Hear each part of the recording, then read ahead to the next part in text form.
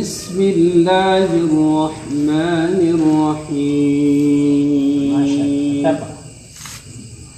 والتين والزيتون وطور سينين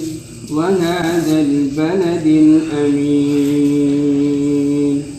لقد خلقنا الإنسان في أحسن تقويم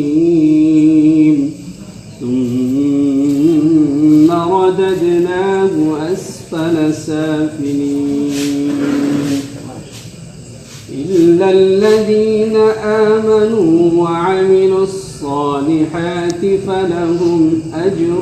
غير ممنون